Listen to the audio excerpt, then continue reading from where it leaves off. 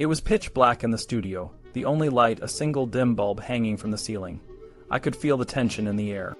Elvis Presley, the king of rock and roll, stood in the center, his eyes scanning the room. He had just finished recording a powerful gospel number, Stand By Me, but now, in the dark, he was fumbling with the lyric sheet. I could see him squinting, trying to make out the words. "We should do another type of song," Elvis muttered, frustration creeping into his voice. But Felton, our producer, wasn't ready to give up. "Come on, Elvis, you've got this," he urged, his voice calm and encouraging. Felton knew that if we missed this opportunity, we'd be kicking ourselves later. Slowly, Elvis regained his confidence. The room was silent, everyone holding their breath. Then Elvis's voice cut through the darkness, powerful and clear. The backing vocalists joined in, and the song took off. When it was over, Felton called out, "It sounded great, Elvis. God, I was scared to death." The tension broke, and we all let out a collective sigh of relief. But there was no time to rest. The next song, Where No One Stands Alone, was going to be a challenge. Elvis warned us from the start, "I need more power from you guys." He was right. The song built to a grand finale, and we needed every ounce of energy to pull it off. By the time we finished, I was exhausted, but the feeling of accomplishment was worth it. It was 4 in the morning, and Felton's voice crackled over the intercom. "Down in the alley Funksville, take one." This was a real rocker, and everyone was ready to unwind. I saw Elvis's eyes light up as he turned to Scotty and Jay, his original bandmates. They started the song, and Charlie Hodge came up front to help with the vocals, cracking jokes and easing the tension. The room was alive with energy, and by the 6th take we had it. Felton pushed for one more, and after the 9th take we had an R&B master. After a long night, the Imperials headed home, leaving Elvis and the musicians to explore more of his musical interests.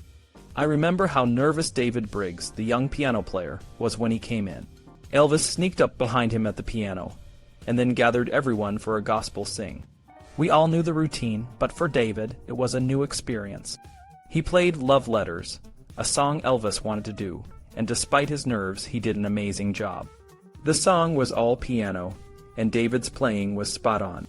By the time we finished, Elvis had listened to it over and over, 50 times, just to make sure it was perfect. The 3rd night, we returned to a song by Jimmy Jones, Somebody Bigger Than You and I. Elvis was determined to get it right, even if it meant 16 takes. Felton asked Jay to lighten up a bit, and Elvis laughed, breaking the tension. The session was rewarding, and we all felt it. But as the night wore on, we started to try new things. Elvis suggested a few songs, but none of them quite worked. Finally, Gordon Stoker threw out some suggestions, and Jake Hess went to his office to get more material. He came back with Without Him, a dramatic and challenging song. Elvis gave it his all, even though he had to deal with a squeaky shoe sole. We got it on the 14th take, and everyone was relieved. At 4 a.m., Elvis reached for a song he and his father, Vernon, often sang at home, Where Could I Go But to the Lord? It was a slow, bluesy number, and the female voices wove beautifully with the quartets. After a brief rehearsal, we got it in 2 takes. It was more soulful than anything we'd done, and it felt like a perfect end to the night. But the session wasn't over yet. We had one more night to finish the pop tunes and the Christmas single. RCA had only booked 3 nights, and some of us had other commitments. Al Pachacki took over for Jim Malloy, and Henry Astierzelecki replaced Bob Moore on bass. We started with Come What May, a song by Frank Tableporter. It was a bit of a struggle, and the room was noisy, but we eventually got it on the 8th take. It wasn't as soulful as the previous night's work, but it was something. The session was disrupted by scheduling issues, and we had to rush through Fools Fall in Love before Charlie McCoy and Boots Randolph had to leave. Sandy Posey and Ray Stevens came in, but they didn't record anything that night. Elvis was tired, and we had to schedule another session to finish the Christmas song. Before leaving, he asked Al Pachacki to have Jim Malloy cut lacquers of Love Letters and Come What May, the 2 songs he wanted for his next release. Recording 18 sides was a big step for Elvis and RCA, but it also revealed some problems. The new material wasn't as strong as we had hoped, and we didn't have a new pop single or a Christmas song. But for now, we were all just grateful to have been part of something special. The night was long, the work was hard, but the music was magical, and that's what mattered most. I remember those June days in 1966, like they were yesterday. I was back in Nashville, ready to record some new songs for RCA.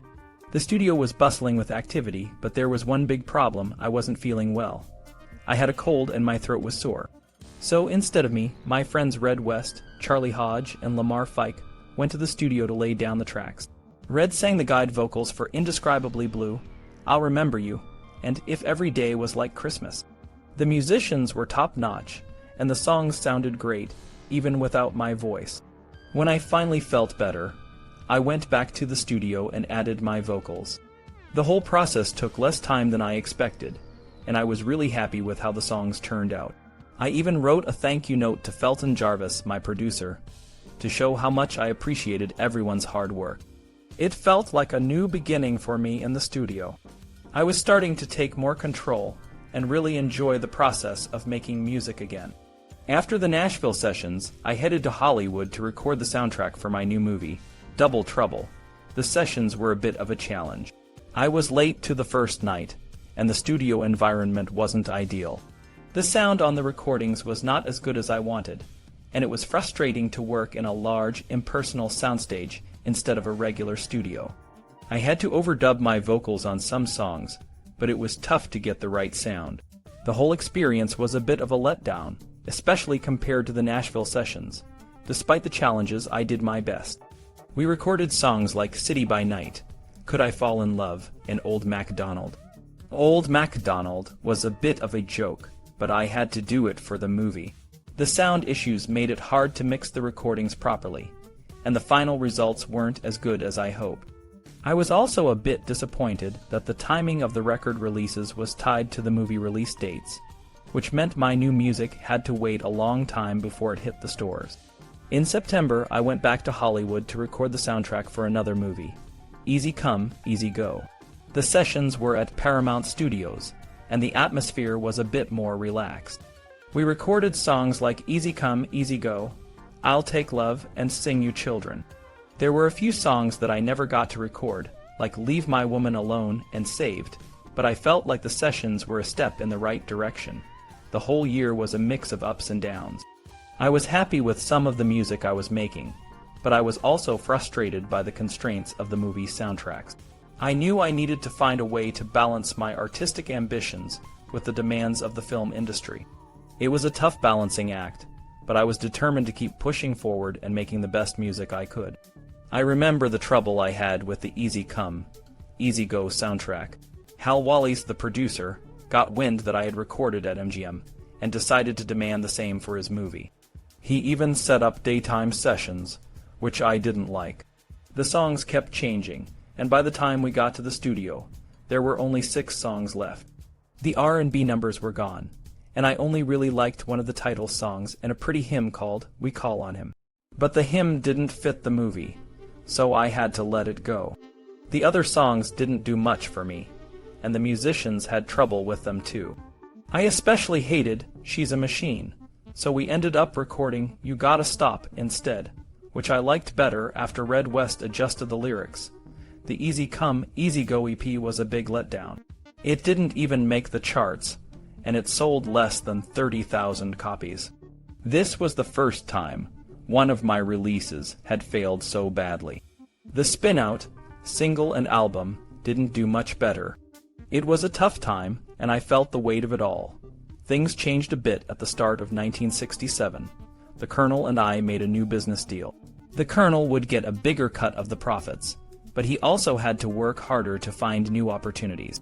I didn't have much choice, and the Colonel understood he needed to use his new power wisely. In February, I had to go to Nashville to record the Clambake soundtrack. I wasn't really into it. I was more focused on my new farm, the Circle G, in Mississippi. I spent a lot of money on it, buying trucks and trailers and all sorts of stuff. I told the Colonel I had a sore behind from horseback riding, but I eventually showed up for the Clambake sessions. We did songs like The Girl I Never Loved and Who Needs Money, but it was hard to get into it. I even had to overdub some parts later.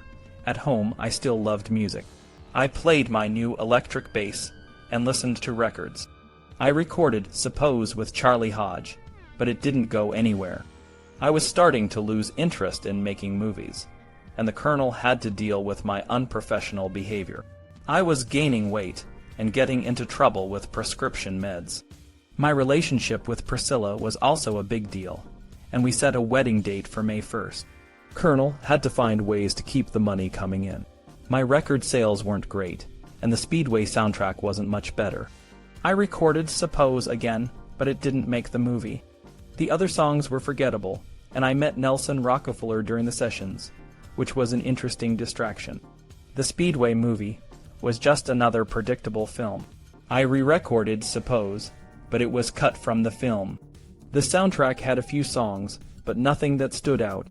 I was feeling more and more disconnected from the whole process, and it was clear that something needed to change. The Colonel was trying to keep everything together, but it was getting harder and harder. The material was the biggest problem. There were a lot of songs to choose from, but Elvis didn't like most of them. Freddie Bienstock, who was supposed to find new songs, couldn't seem to find anything good. Records weren't selling as well as they used to, so writing songs for Elvis movies wasn't as exciting as it once was. Plus, there was no guarantee that a song would even be used. But there was a glimmer of hope with a new studio session. The Colonel, Elvis's manager, talked to Elvis, and Tom Diskin told Freddie that Elvis had picked a bunch of songs he wanted to record. These songs were a mix of new hits and old favorites. Elvis picked songs he loved, like Della Reese's After Loving You, Ray Peterson's The Wonder of You, and Roy Hamilton's Don't Let Go. There were also country songs like Just Call Me Lonesome and Ramblin' Rose. Freddie had to try to get the rights to as many of these songs as possible before Elvis recorded them. Only one new song, We Call on Him by Ben Weissman, really caught Elvis's attention. Lamar Fike, who worked for Hill and Range in Nashville, found some new songwriters, A.L., Doodle Owens and Eddie Rabbitt, and brought their songs to the table. The Colonel saw an opportunity when the filming of Speedway was delayed, and the recording session for Stay Away, Joe, was pushed back. He scheduled the new session for the nights of August 22nd and 23 at RCA Studio in Hollywood. Felton, Jarvis, the producer, and engineer Jim Malloy were going to fly in, and Billy Strange, a former session guitarist, would put together the band and write the arrangements. Elvis kept adding songs to his list, like Chuck Berry's Brown-Eyed Handsome Man and Too Much Monkey Business, Jimmy Reed's Baby What You Want Me to Do, and a gospel song called I Was Born About 10,000 Years Ago. Just before the session, Elvis got really excited about a song he heard on the radio called Guitar Man by Jerry Reed. Hill and Range tried to get the rights to the song, but Freddie was on vacation, which made things complicated. Billy Strange tried to finalize the list of songs, but it kept changing. He wanted to make sure the band, backup singers, and brass section were all ready to record at the same time. The final list had 11 songs, but just before the session, Tom Diskin found out that they couldn't get the rights to 5 of them. On the afternoon of August 22nd, Jim Malloy arrived at the studio from his vacation, and Felton Jarvis came from Nashville.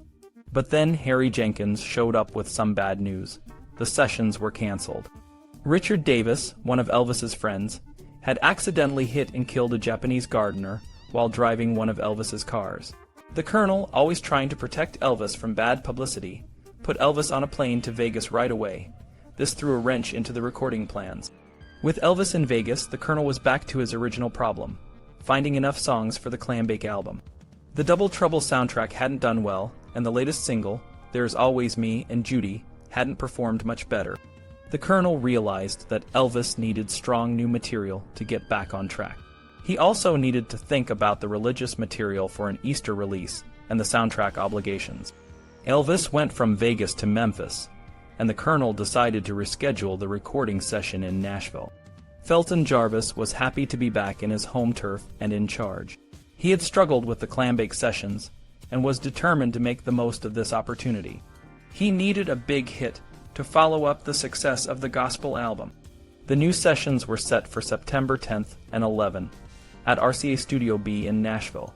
Felton Jarvis was the producer, Jim Malloy was the engineer, and the band included Scotty Moore on guitar, Jerry Reed on guitar, Harold Bradley on guitar, Chip Young on guitar, Bob Moore on bass, DJ Fontana on drums, and the Jordanaires on vocals. They started at 6 p.m. and worked until 1 a.m. On the first night, they recorded Guitar Man, which Elvis had picked up on the radio. Felton Jarvis told Elvis that if he wanted the same guitar sound from the original, they needed Jerry Reed. Jerry was out on a fishing trip, but he rushed to the studio, looking like he'd just come from the wild. He was a bit flustered, but by take 5, the song was coming together. They ended up with a great, energetic country record, and Jerry added a second guitar part. Felton pushed everyone to do their best, and Elvis relaxed and started cutting up. They even jammed into What I Say at the end. Next they recorded Big Boss Man, a Jimmy Reed song. Jerry Reed stayed on guitar, and the song had a bluesy feel with Charlie McCoy on harmonica and Boots Randolph on sax. They hit a groove right away, and by midnight they had another great song. The sound was different from anything Elvis had done before, with a crisp, vibrant, guitar-driven sound and a bit of R&B funkiness. After the excitement of Big Boss Man, they moved on to Mine, a song by Sid Tepper and Roy C. Bennett. It had been around for years and was originally meant for a different album. They struggled with it, trying different arrangements, but it never quite came together. Felton urged everyone to work together, but after 21 attempts, they had a pretty but insubstantial performance. Lamar Fike, who worked for Hill and Range, brought some new songs by Eddie Rabbitt and Doodle Owens. They tried Singing Tree, but couldn't get the rhythm right, so they moved on. Just Call Me Lonesome was an old country standard that everyone knew. Elvis changed the drum pattern at the start, and the first take flowed smoothly. Felton wanted to keep going, but they ended up settling on the first good take. The session ended at 5:30 a.m., and everyone was exhausted but satisfied. They had some great songs and a few that needed more work, but it was a step in the right direction. The Colonel and the team knew they had to keep pushing to get Elvis back on top. I was in the studio, and the guys were jamming. Chip Young or maybe Harold Bradley suggested high heel sneakers for the second night. No one meant to go behind Freddie's back. It just seemed like a good idea. The song was more of a jam, and even with Felton telling us to pick up the tempo, it still ran on for 5 minutes. The hard romping beat reminded me of the old songs from 1960, like Reconsider Baby and Down in the Alley. Charlie's harmonica wailed, and Boots's sax added that raunchy barroom sound. I was having a blast, throwing in ad-libs and calling for the band to do the mess around. On the next verse, everyone cut loose. Charlie's bluesy fills, Harold's electrified sitar sound, and Floyd's piano completed the picture. Even when I ran out of lyrics, I scattered along with the horn riff, and then I came back for another verse, with Buddy hammering the offbeat on the cymbal. We wrapped it up with All Right, Take It Home Baby, Take It Home. The tension over publishing was getting out in the open. Freddie could hear Bob Moore playfully remark that he'd heard Lamar Fike missed a chance to pick up the rights to Bobby Gentry's hit, Ode to Billy Joe. Harold hit the opening lick of Gentry's song, and I chimed in with my best Bobby Gentry voice. Well, I was out chopping cotton, and my brother was baling hay. Then I launched into what became the master of high heel sneakers. Freddie's voice came through the door of his office, Lamar. The room roared with laughter. Next I turned to You Don't Know Me, a cover of Eddie Arnold and Ray Charles. I focused on it during a brief rehearsal with Felton cheering me on. Go home with it, he said. God almighty, it's fine. The first take, with its safe arrangement, became the master. We tried it again, but it was clear we'd already done a great job. The Easter religious single was still a must, and We Call on Him seemed like a good fit. The soft piano and bass intro was traced over with a faint mandolin sound. The Jordanaires' full quartet, a cello-like steel guitar, and Millie Kirkham's soaring soprano gave the song a delicate touch. My voice had that note of graceful sincerity that made my early 60s recordings so moving. We Call on Him was simple but memorable, and it was a good choice for the next year's Easter release. As the evening went on, I kept suggesting songs. You'll Never Walk Alone, a song I loved and sang often at home, was next. I sat down at the piano and started singing, hammering away at the keys in my staccato style. I was lost in the music, and Jim Malloy knew he'd have to live with the loud piano leaking into the vocal mic. The band fell in where they could, working out parts as they played. Felton knew better than to disturb me, and just let it happen. I asked for an introductory figure on acoustic guitar, which Harold provided. Bob Moore added a stabilizing beat on the double bass, and an organ was added for color. The Jordanaires knew where to fit in. After the first run-through, I started again without a break, improving the drama of the song. I accepted the challenge of its range, just like I did with the songs of my heroes. The second take was another extended version, with me throwing myself into the ending. Millie tried out a part, the drummers came up with percussion ideas, and Harold redefined the guitar runs. We slowly moved from a jam into a regular recording process. On take 8, my voice cracked on a high note, but Felton knew we already had a magnificent performance on tape. With Buddy and Harold still practicing and me listening in the control room, we agreed to go on to the remake of Singing Tree before the night was through. It was a relief to Lamar. With a faster tempo and 4 guitar parts, there was a noticeable improvement. I did the harmony vocal myself, and in less than an hour by 3:30 a.m. we were all on our way home, mission accomplished. I delivered exactly what the Colonel had promised RCA, and almost everyone left the session feeling pleased. Felton had started recording the kind of rock and roll he thought I should have been doing all along. Singing Tree gave Lamar his break as a song publisher for Hill and Range's Nashville office. Only Freddie had misgivings. It was becoming clear that he was losing his ability to control what I recorded, or even to supply songs worthy of the honor. The Colonel stuck to his policy that singles needed to be out at least 4 weeks before the album, so RCA combined the re-recording of You Don't Know Me with the new version of Big Boss Man and rushed it into the stores. For the next movie, Stay Away, Joe, we only had 3 songs. The film's producer, Jeff Alexander, had already chosen them, all written by Ben Weissman and Sid Wayne. Weissman's songs were often peculiar, and this time he wrote Dominic, a song about singing to a bull. I hated it and barely kept a straight face for the minute, and 42 seconds it took to complete a master. The other songs, Stay Away, Joe, and All I Needed Was the Rain, weren't much better. For the first time, it looked like there would be no soundtrack released with the film. The Colonel and MGM agreed to get me to record an additional song for the opening credits and as a single. It took 3 months before I finally did. By the end of the year, despite the musical strides I made, the news in the charts was discouraging.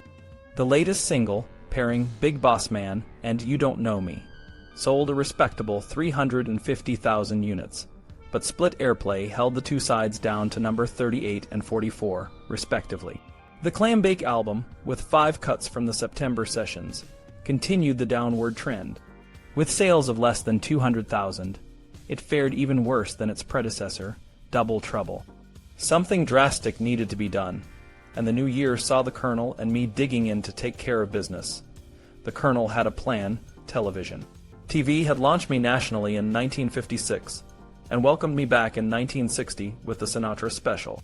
Now, needing another big win, Parker began negotiations with NBC Tom Sarnoff. His policy of underexposure put him in a perfect position. Presley's first TV appearance in 8 years would be a major coup. The Colonel demanded a sum far greater than my record sales alone would justify. What Parker and Sarnoff agreed to was a Christmas 1968 special, featuring all seasonal material. The inclusion of a new Elvis film as part of the deal brought the price to over $1 million. I was thinking about music. I chose Guitar Man as my new single and told RCA to master it as loudly as possible, so it would come off strong on the radio. The second single from the Clambake album would be paired with an abbreviated version of the High Heel Sneakers, Jam.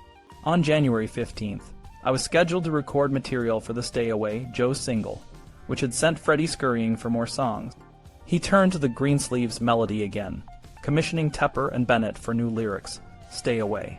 Joy Byers came up with Goin' Home, which fit the spot lyrically. With these in hand, the usual group assembled in Nashville. On January 15th, we started with a Chuck Berry tune, Too Much Monkey Business.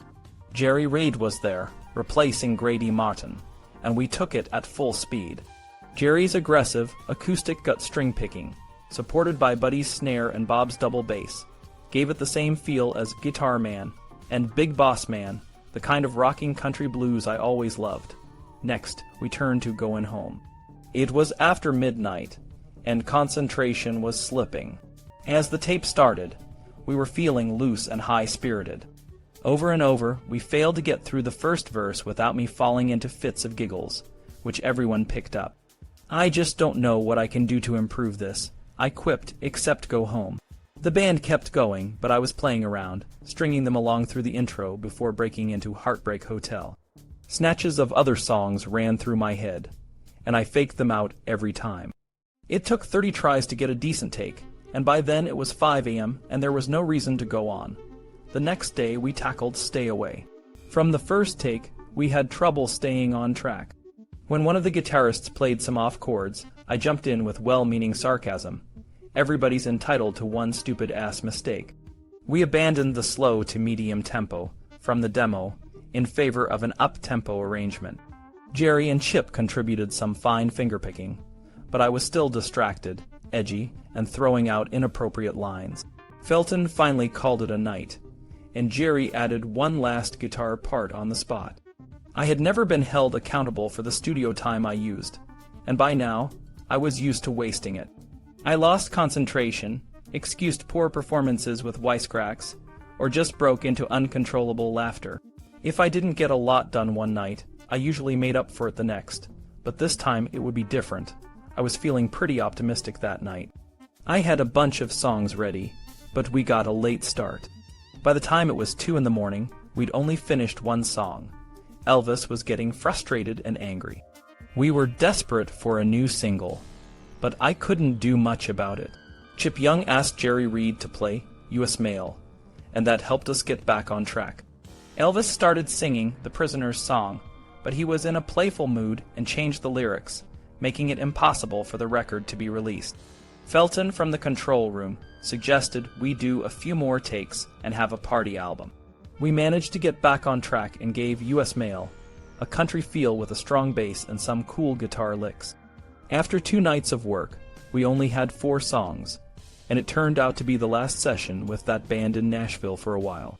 A few months later, in March 1968, we were recording the soundtrack for Live a Little, Love a Little in Hollywood. Billy Strange was the musical conductor, and he brought a whole new group of musicians and a different approach to recording. Elvis was a bit uncomfortable with the written arrangements, but the songs were a step in the right direction. Almost in Love was a bossa nova-style song, and A Little Less Conversation was a funky track that felt more like Elvis's old style. Despite our hopes, the Guitar Man single didn't do well, and sales were down. The Colonel decided to release U.S. Mail and Stay Away as a single, which did a bit better, but not enough to make a big impact. The Colonel was working hard on the NBC TV special, and they found a sponsor, the Singer Sewing Machine Company. Steve Binder and Bones Howe were brought in to produce the show. They had a fresh approach and wanted to do something different.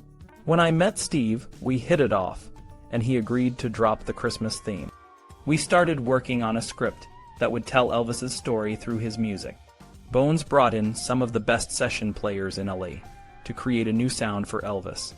We had some challenges, like the Colonel's control and the original idea of a Christmas show, but we managed to push through. Elvis loved the script when he read it. We began rehearsals, and at first it was smooth, but then the Colonel started causing problems. Steve and I had to navigate a lot of issues, but we were determined to make the show special. We added a live audience, which was a big deal because the original contract didn't allow it. Elvis was nervous about performing live for the first time in years, but he agreed. We had to make last-minute changes to the script, and Steve even suggested cutting A Little Less Conversation. The Colonel wanted it in there, but we replaced it with If I Can Dream, and Elvis loved it. We recorded the songs at Western Recorders in Burbank. It was a mix of old and new, with Elvis surrounded by a great band and a live audience. The Colonel was initially resistant, but he saw that the new approach was working. Elvis was excited and dedicated, and we all knew this was going to be something special. The days leading up to the TV special were a whirlwind of activity. Bones Howe, the producer, and I spent a lot of time in the studio, working on the songs that would become the heart of the show. Billy Strange and Mac Davis had written a few new songs, but most of the material was old favorites that would remind everyone of the early days. I had a soft spot for Memories, a beautiful ballad that I sang with a pre-recorded backing track. The song felt personal, and I poured my heart into it. One of the most memorable moments was the informal jam session we planned for the show.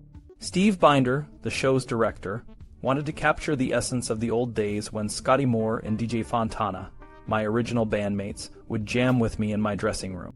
Steve brought them in, along with some of my closest friends, to create a relaxed, intimate atmosphere. We rehearsed in the NBC dressing room, and it felt like old times.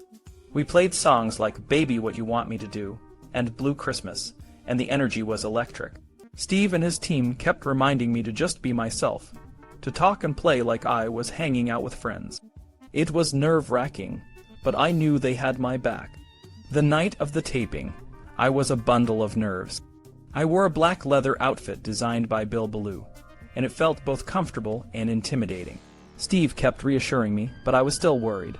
What if nobody likes me? I asked him. But as soon as I stepped onto the stage, surrounded by my friends, I started to relax. I said goodnight, and Charlie Hodge, one of my old friends, chimed in with a joke. It broke the ice, and we launched into That's All Right.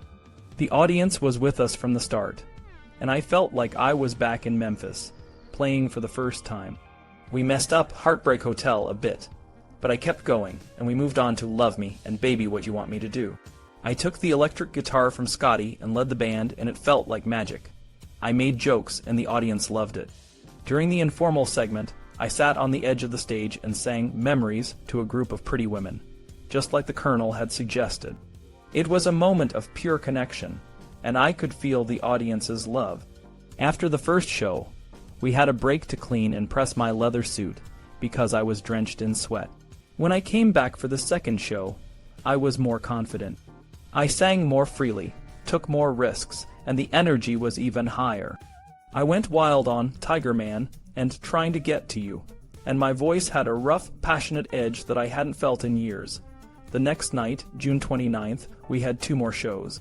The setup was different this time, with a larger band and an orchestra. We played Heartbreak Hotel, Hound Dog, All Shook Up, and Can't Help Falling in Love.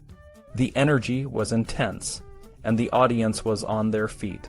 We closed with Jailhouse Rock and Don't Be Cruel, and the place was electric. The informal segment with Scotty and Jay was just as magical as the night before, and I felt like I was back where I belonged. The whole experience was a reminder of why I loved music and performing.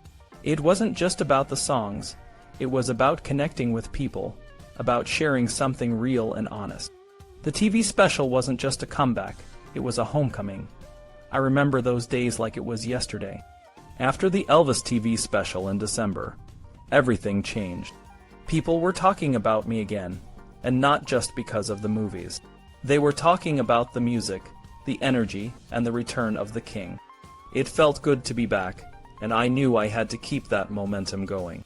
In early 1969, I decided to do something different.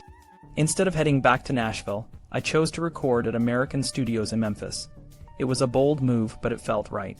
Memphis was where my roots were, and it was where the new sound was happening. Chips Moman and Felton Jarvis were on board, and I was excited to work with the local talent.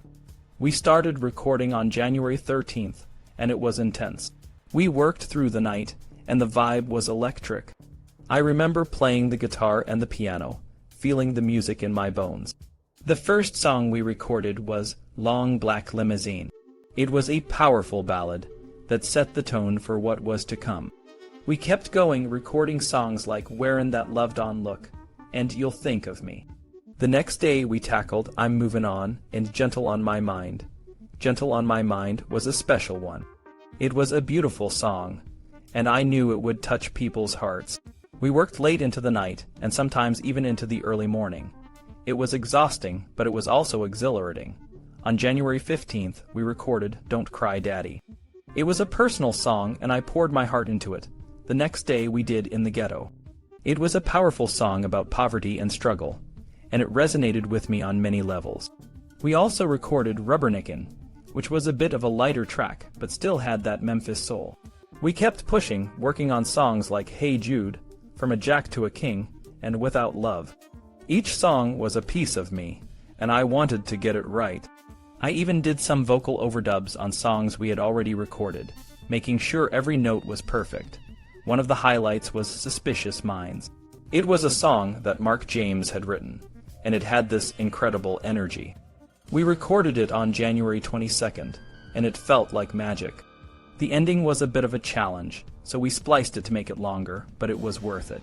By the end of those sessions, we had a collection of songs that were unlike anything I had done before. The album, From Elvis in Memphis, was a mix of soul, country, and rock.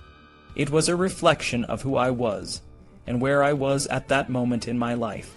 The album and the singles that came out of those sessions were a hit. In the Ghetto and Don't Cry Daddy both reached the top of the charts, and Suspicious Minds became one of my biggest hits. It was a turning point, and it confirmed that I could still connect with my fans and make great music. Looking back, those sessions in Memphis were more than just recording songs. They were a statement.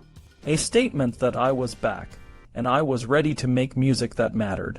It wasn't just about the charts, it was about the impact. And in those moments, I felt like I had finally found my way home.